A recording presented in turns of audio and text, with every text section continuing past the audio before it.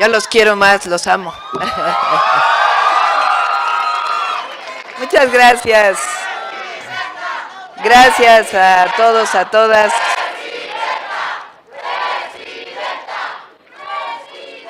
Quiero iniciar leyéndoles dos estrofas de una canción de Violeta Parra que se llama Que vivan los estudiantes. Que vivan los estudiantes, jardín de las alegrías.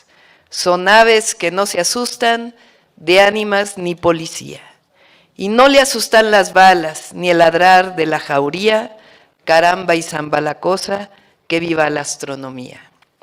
Me gustan los estudiantes porque son la levadura del pan que saldrá del horno con toda su sabrosura. Para la boca del pobre que come con amargura, caramba y zamba la cosa, viva la literatura.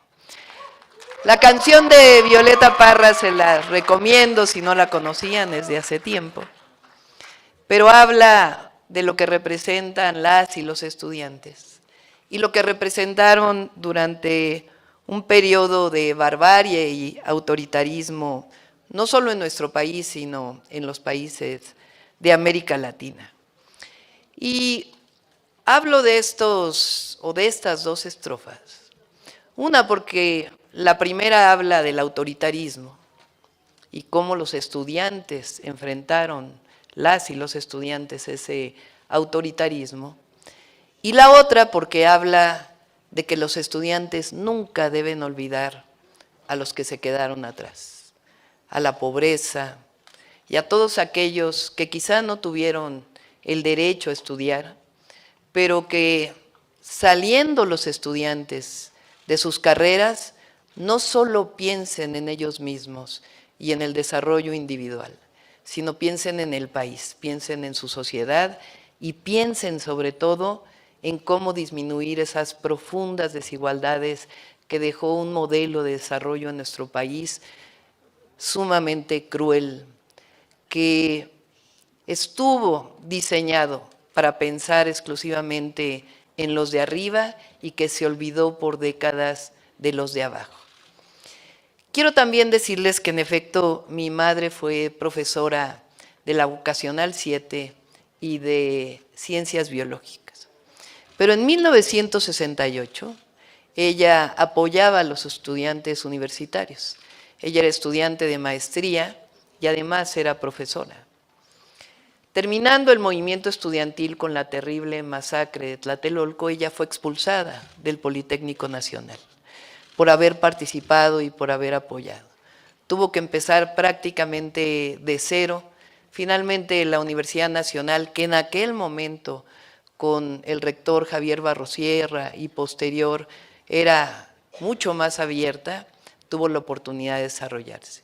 Pero no hay que olvidar el proceso y la época autoritaria de nuestro país.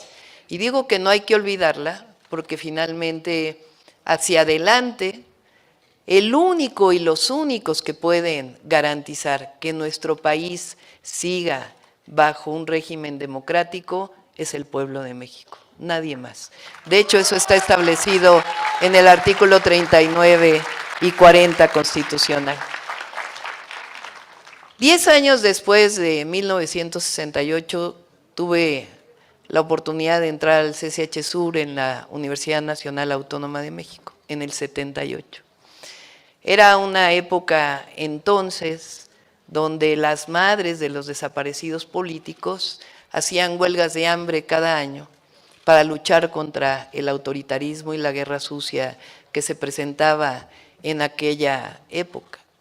Era una época también de mucho vigor del movimiento estudiantil. El primer movimiento estudiantil donde participé fue el movimiento estudiantil que se llamaba de rechazados. El presidente habla mucho de cómo llamaban a los jóvenes durante el neoliberalismo, ninis, como si fuera responsabilidad de los jóvenes no trabajar o no estudiar, cuando es una responsabilidad del Estado abrir los espacios educativos y la posibilidad del empleo. Pero creo que es peor la palabra rechazado, el decirle a un joven no tienes la oportunidad de estudiar, o eres rechazado por la sociedad. Esa palabra que marcó el inicio del periodo neoliberal en nuestro país fue el cierre de los espacios educativos. Esta idea de que la excelencia educativa venía del cierre del ingreso, que cerrar el espacio y hacer exámenes de admisión para que los estudiantes fueran cada vez más excelentes, era aquella idea que se fue implantando y implantando y implantando. Y el que entraba a la universidad decía, es que yo soy más inteligente que todos los que no entraron. O el que entraba al Politécnico, es que yo sí pasé el examen de admisión y todos los que no pasaron el examen de admisión pues no son tan inteligentes como yo. Y en realidad, si se fijan, esa es una visión profundamente individualista. Lo que hay que preguntarnos es, ¿por qué un joven que sale de la preparatoria con una calificación aprobatoria no tiene la oportunidad de seguir estudiando? La obligación del Estado es abrir espacios universitarios para que todo aquel que desee estudiar la universidad tenga la posibilidad de estudiar la universidad. Participé después en un movimiento estudiantil, el del Consejo Estudiantil Universitario. En aquella época se decía por parte de la autoridad universitaria y del gobierno que si no se pagaba la educación, no se valoraba. Y esta idea sigue todavía en muchas de las mentes de familias, ¿no? Es que hay que conseguir dinero para que mi hijo estudie. Y el joven, si no paga su educación, pues entonces no la va a valorar. En aquel momento nosotros ganamos un movimiento estudiantil en el 86-87 y vine, por cierto, aquí al Instituto Politécnico Nacional, aquí se creó el Comité Estudiantil Politécnico, porque esa visión estaba justamente centrada en esta idea del periodo neoliberal o del pensamiento neoliberal, en donde si los bienes, los derechos que nosotros consideramos no tienen un valor, entonces no son parte de la realidad. Ese modelo establece que el mercado es el que resuelve todos los problemas y nuestra visión es completamente distinta.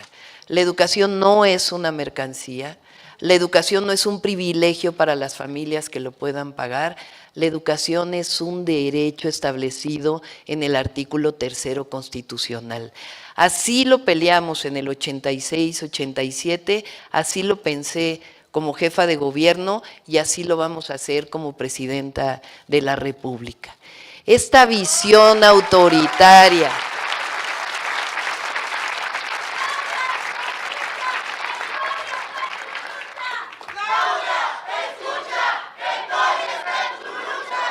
esta visión autoritaria en donde se piensa que el que es pobre es porque no ha trabajado, el que se piensa el que no tiene un espacio en la universidad es porque no le ha echado ganas, el que se piensa, claro que el esfuerzo individual importa, pero el problema es la diferencia entre un modelo que piensa que todo debe tener un valor económico y nuestro proyecto que piensa que existen derechos del pueblo de México. Y esos derechos tienen que ver con el acceso a la educación, tienen que ver con el acceso a la salud, tienen que ver con la posibilidad y el acceso a la vivienda de las y los jóvenes, si se fijan son los principales derechos, el derecho al empleo, el derecho a un salario justo, a un salario digno, el derecho a que los maestros y maestras tengan salarios justos, el derecho a una pensión digna. Esa es la gran diferencia entre el viejo modelo y lo que hoy representa la cuarta transformación de la vida pública. Estamos viviendo, ya se fue, fíjense.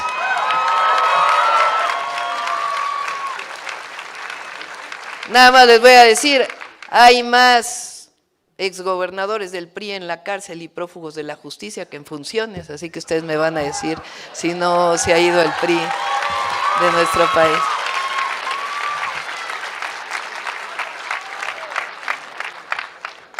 ¿Por qué menciono esto? Porque como jóvenes, y me incluyo en la juventud, porque aunque tengo 61 años, la juventud está en el corazón.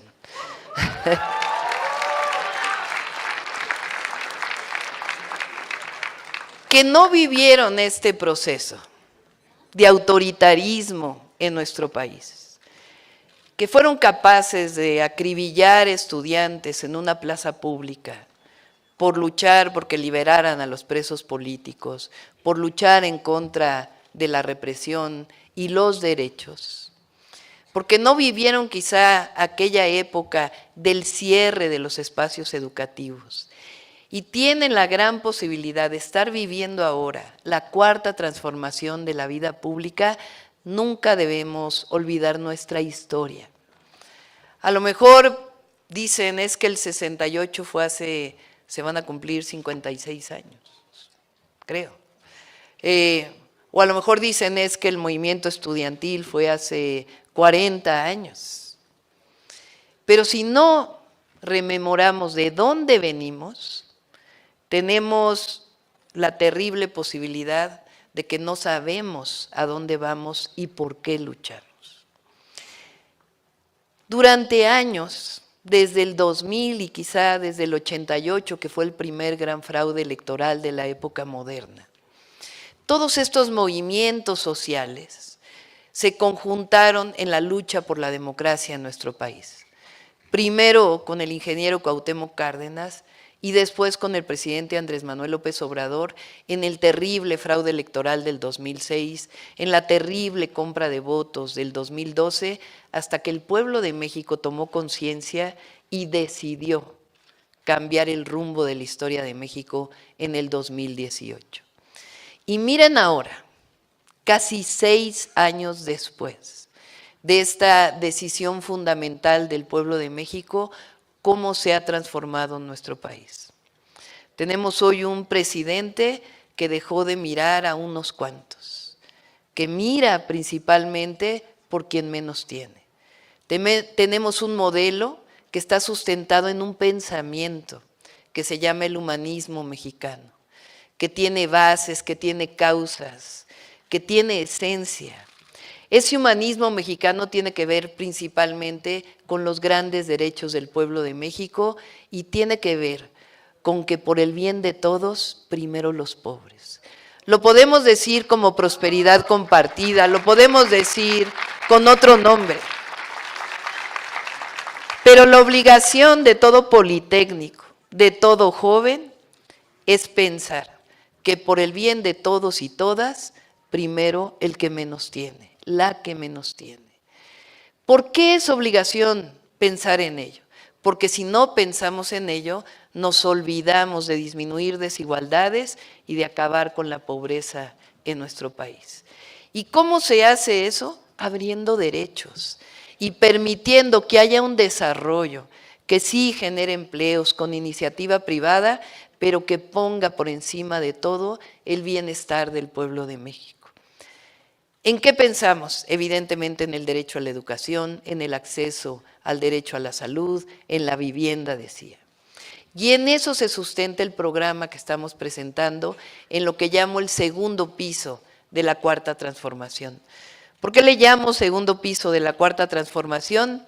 Porque el presidente ha hecho los cimientos, porque ha puesto el primer piso, pero además, cuando fui secretaria del Medio Ambiente en la Ciudad de México, cuando el presidente fue jefe de gobierno, un día me llamó a pedirme que ayudara a construir los segundos pisos de Periférico.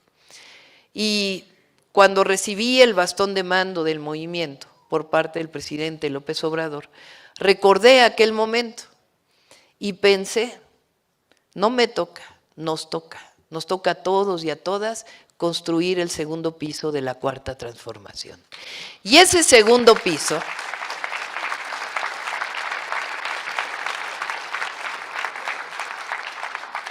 tiene que estar sustentado principalmente en la educación como derecho.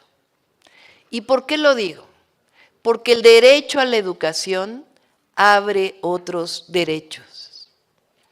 Si no hay médicos, médicas, Si no hay enfermeros, enfermeras, ¿cómo se va a cumplir el derecho a la salud? Si no hay ingenieros, ingenieras, ¿cómo se va a cumplir el derecho a la vivienda? Si no hay arquitectos, arquitectas, si no hay tecnólogos, si no hay quien diseñe un satélite, que por cierto vamos a enviar al espacio un satélite cuando llegue, porque el 2027 es el último tiempo para poderlo enviar, y le voy a pedir apoyo al Instituto Politécnico Nacional para que lo hagamos así.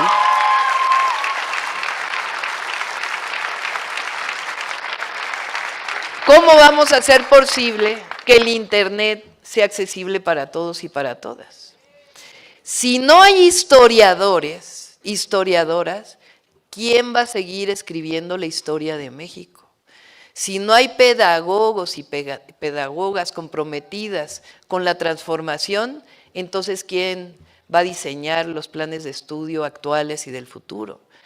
Si no hay filósofos, filósofas, ¿quién va a poder pensar sobre lo que representa el humanismo mexicano a diferencia de las teorías previas? Es decir, ¿perdón?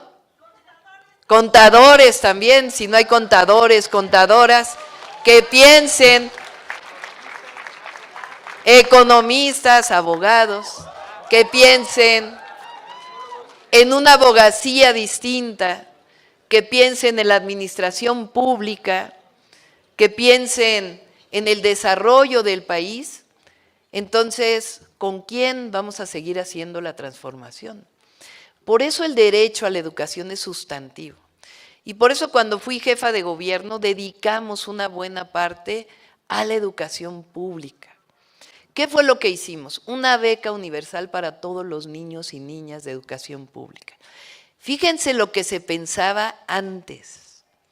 Había una beca que se llamaba Niños Talento. Se decía que niño talento era aquel que tenía 9 y 10 de promedio. ¿Cómo es posible que se le diga a un niño o una niña que no tiene talento porque no tiene una buena calificación? Pero además, si no llega desayunado un niño a la escuela, ¿cómo va a tener la misma posibilidad de tener una buena calificación? Pero además todos los maestros y maestras sabemos que la calificación tiene una parte de subjetividad.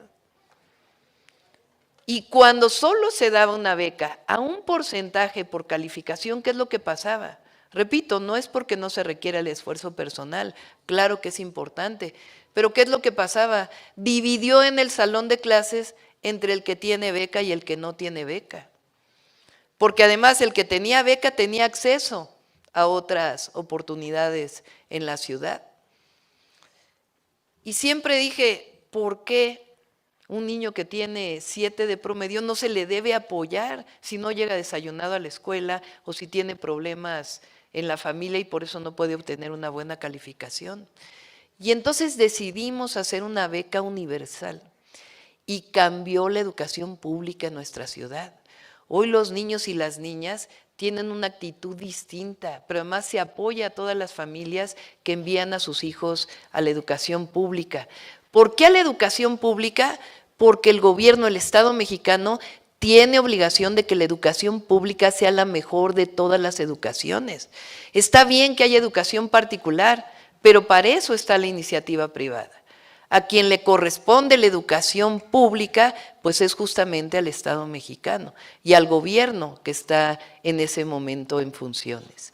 Entonces hicimos la beca universal y ahora nos la vamos a llevar a todo el país. Y no saben, cada vez que digo en un evento que va a haber una educación, una beca universal para todos los niños y niñas, cómo cambia la perspectiva para todas las familias. Segundo, ampliamos el Instituto de Educación Media Superior con más preparatorias. Junto con Clara desarrollamos una frase que dice: debe haber el mismo número de preparatorias públicas como secundarias hay. ¿Por qué un joven de secundaria o un adolescente de secundaria que tiene 15 años no puede ir a la educación media superior que le quede más cerca de su casa? No estamos pidiendo mucho, así es en Estados Unidos, así es en Europa. ¿Por qué tiene que hacer un examen de admisión? Y decir, de acuerdo con tu calificación, entras a uno o a otro. Por eso vamos a echar atrás el examen del Comipems, porque todos los estudiantes deben entrar a la preparatoria que le quede más cerca de su casa. Porque queremos a los jóvenes en la escuela, no queremos a los jóvenes en la calle. Fíjense, con la beca que da el presidente de la República en la preparatoria, ha disminuido la deserción escolar. Pero en el país, piensen en esto, 1.5 millones de adolescentes entre 15 y 18 años no van a la escuela.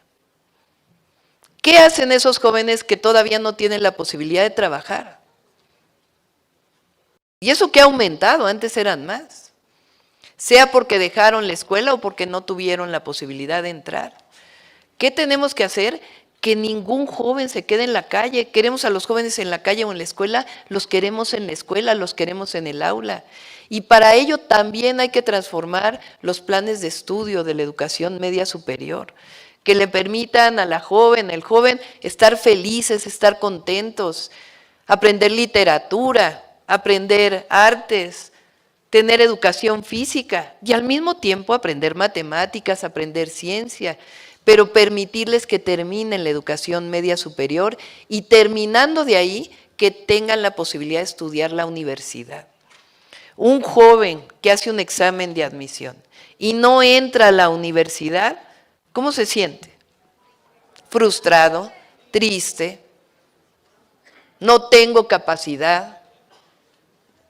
Hay otros que sí y yo no.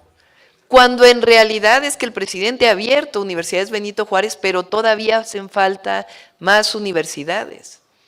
Por eso creamos en la ciudad la Universidad Rosario Castellanos y la Universidad de la Salud.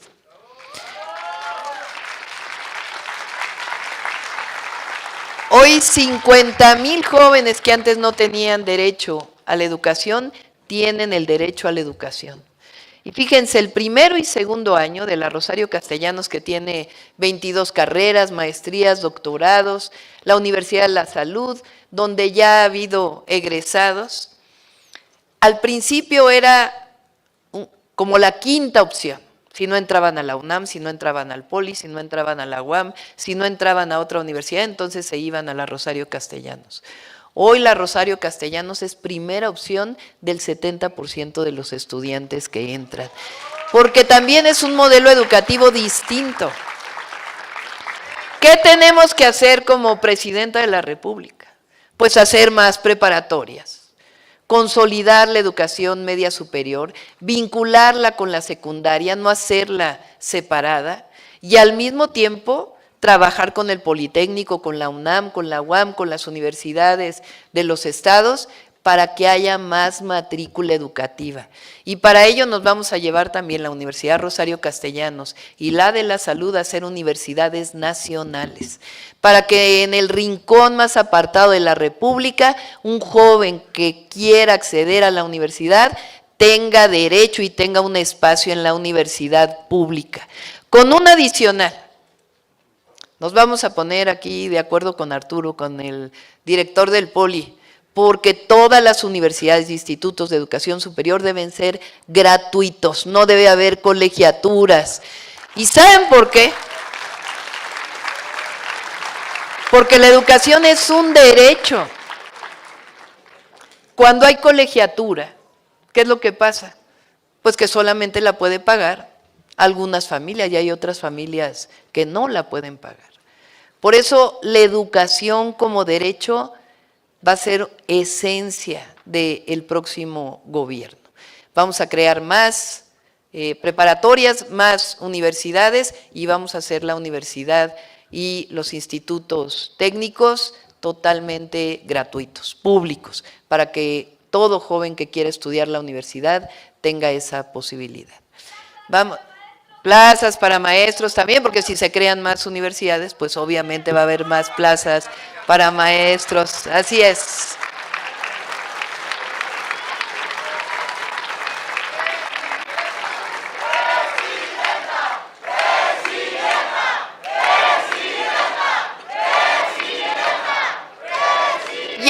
caso de la educación superior, ustedes saben que yo durante años fui académica, científica. De hecho, todavía creo que hasta este año tengo mi plaza en el Instituto de Ingeniería de la UNAM. Y durante años me dediqué a estudiar energía y desarrollo sustentable. Y estoy convencida que la educación superior tiene que estar vinculada con el desarrollo científico de las humanidades y de las artes.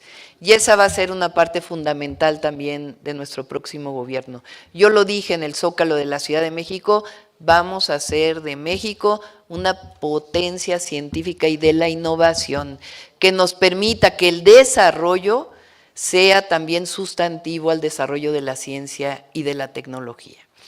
¿Qué más vamos a hacer, además del acceso a la salud? Vamos a hacer un programa para cambiar el modo en que trabaja el Infonavit y el propio Foviste para que haya viviendas para jóvenes en la Ciudad de México y en el país. ¿Cómo lo vamos a hacer? Y ahí vamos a requerir muchos ingenieros, arquitectos del Politécnico.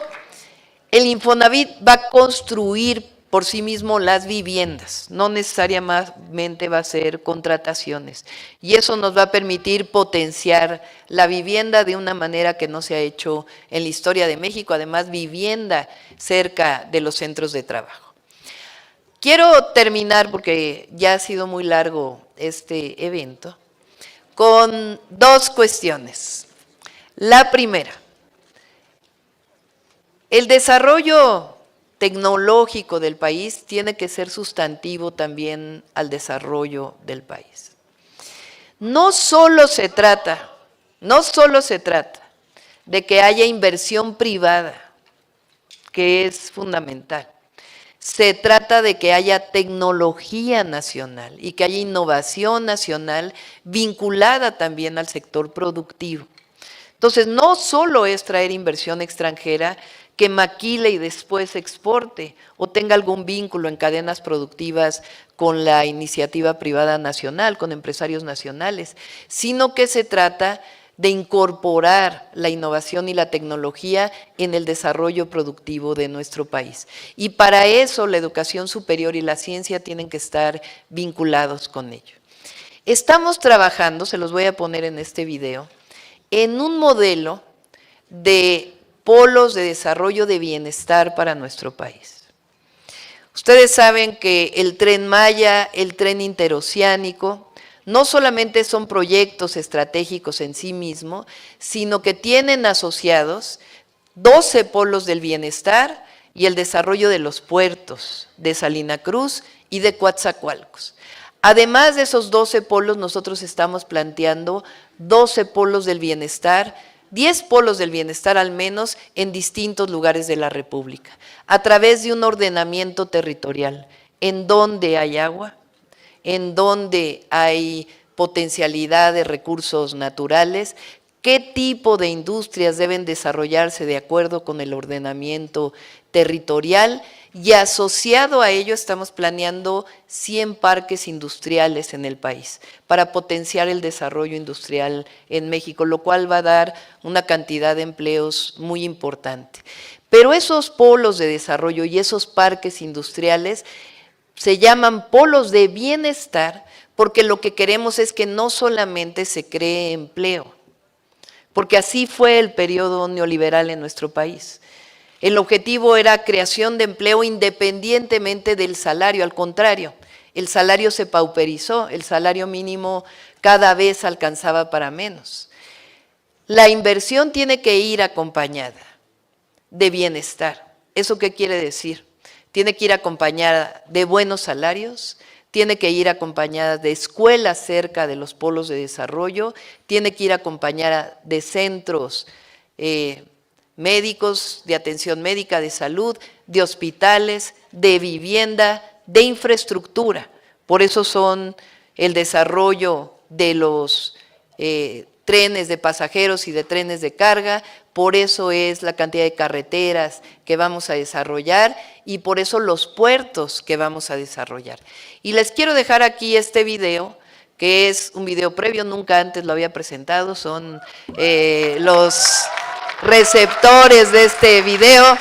tiene todavía algunas problemáticas que tenemos que avanzar, pero esta es una visión del México que vamos a construir. Hemos avanzado mucho con el presidente Andrés Manuel López Obrador.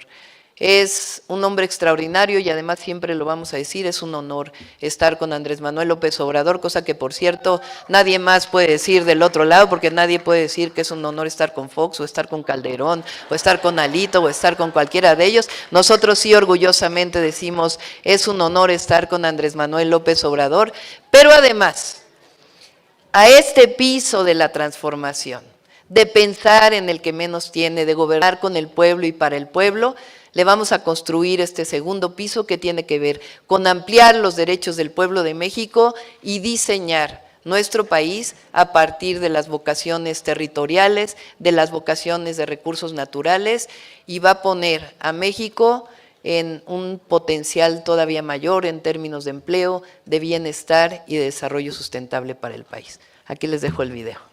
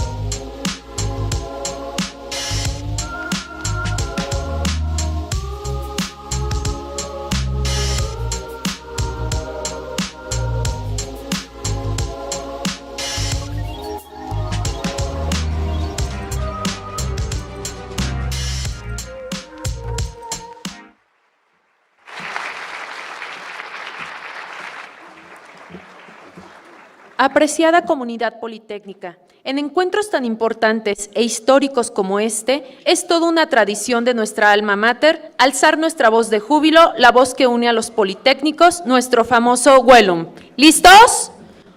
1, 2, 3.